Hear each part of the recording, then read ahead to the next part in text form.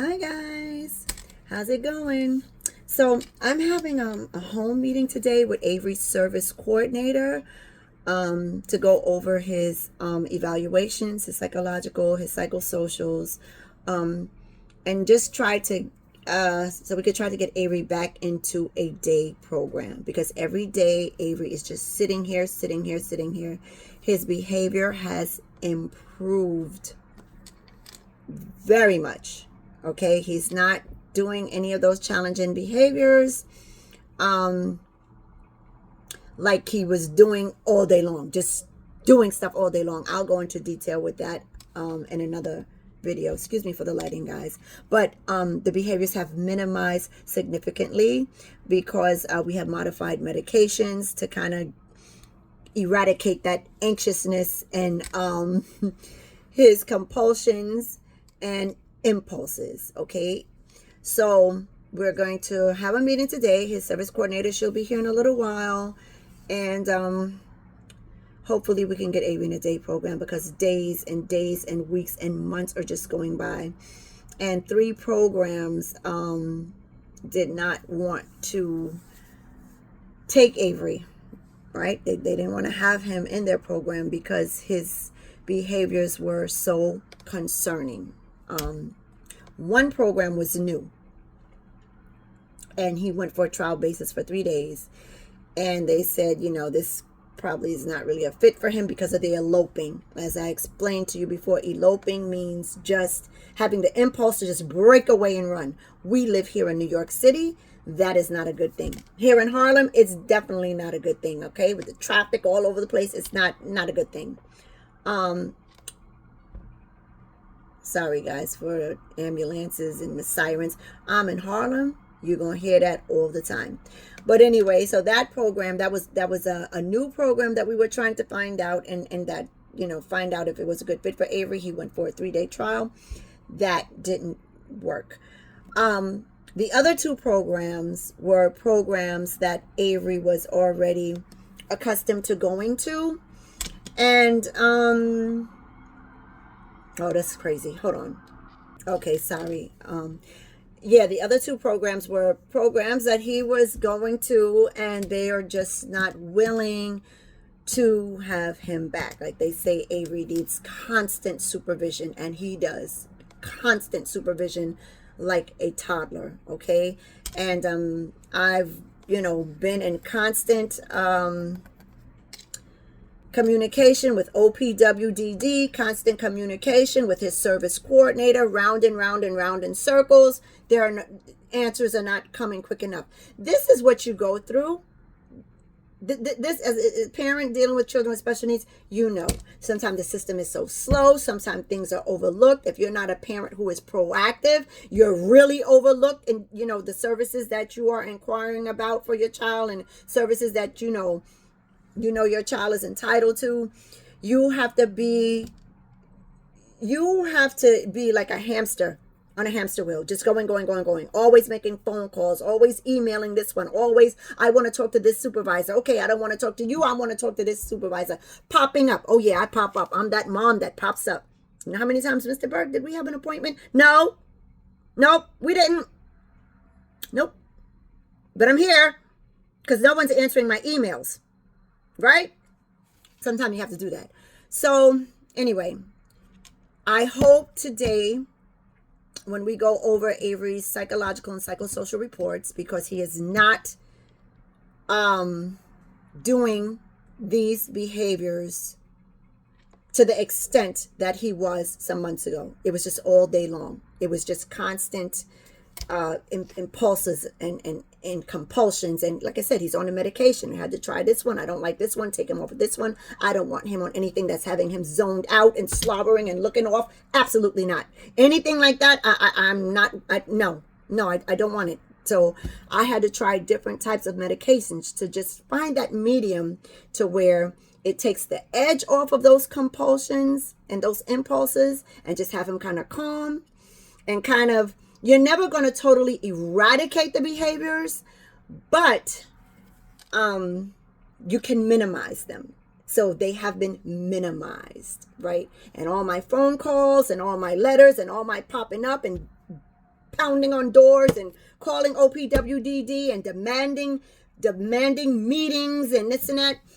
It's tiring. It's a lot. I'm by myself. But at the end of the day, this is what you have to do when you're a parent with a child with special needs and doors keep closing in your face, right? And you're not, no one is returning phone calls, and no one is, saying, hey, we looked into this, let's try this. He's entitled to this. Oh, I found this program that we can try, or this and that.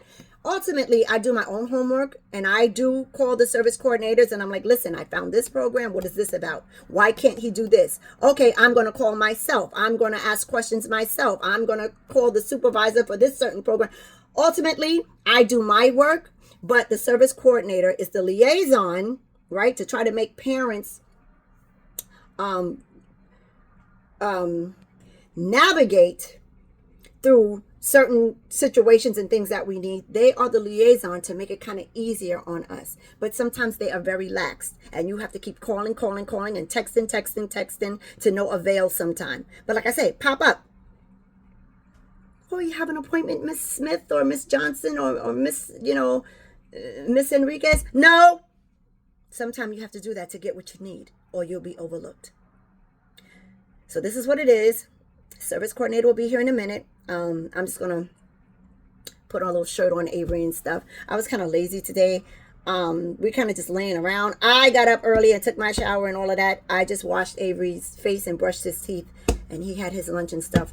But when she leaves, that's when I'll give him his shower and all of that. I was very overwhelmed today because earlier Avery had a telehealth appointment with his psychiatrist, and we discussed how the medications are working for Avery, and if there's a decrease in the behaviors, and do we need to increase anything or take anything away or this and that. So we had that appointment earlier, and now today the service the same day the service coordinator is coming in. Like I said, you're like a hamster, on a wheel.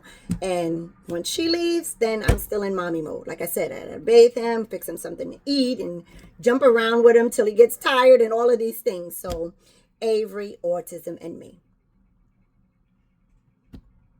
And I just want to add, I already got up and had to take one of these this morning because I had a headache. Can you imagine when you don't feel good? And like I often mention, the menopause that I'm going through, all women don't experience the symptoms the same.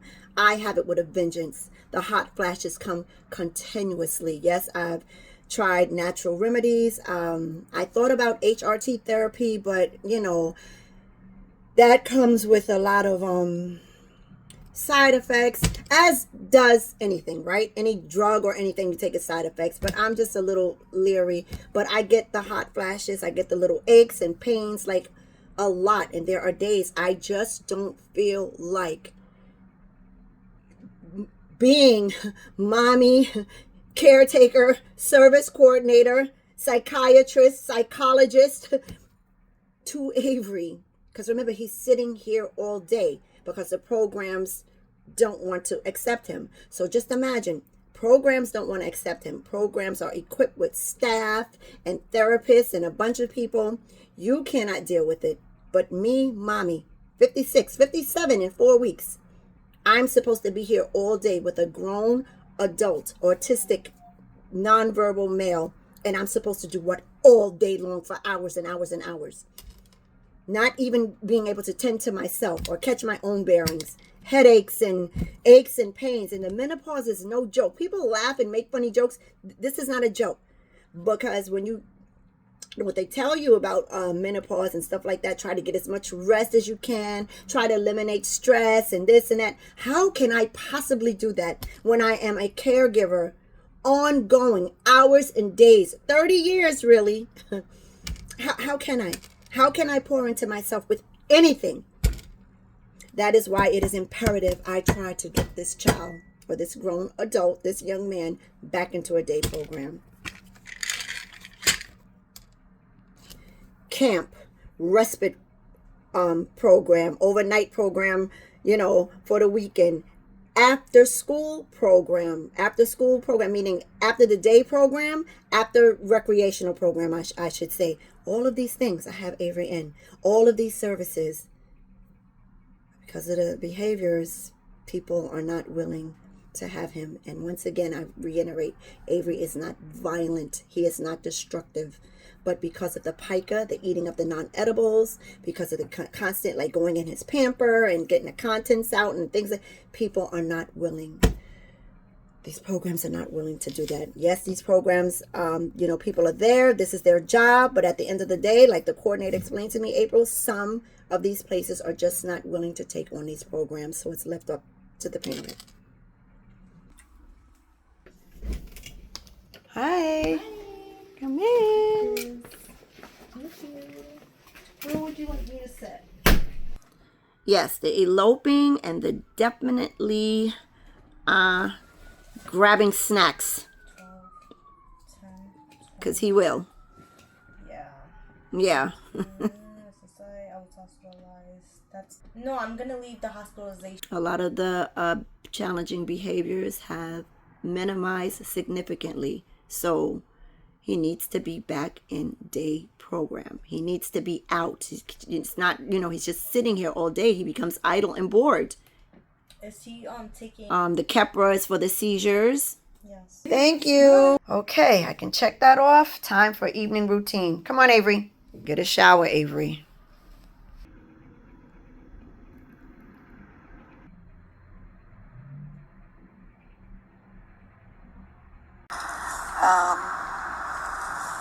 I'm just trying to keep Avery calm and keep his anxieties down.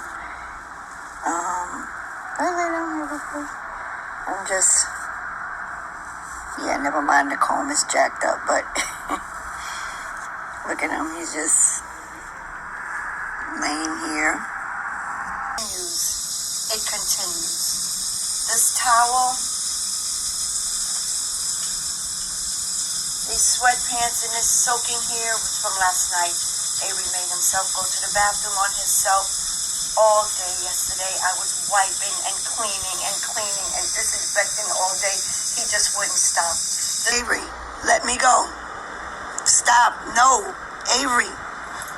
Stop. Let me go. Let me go. Avery.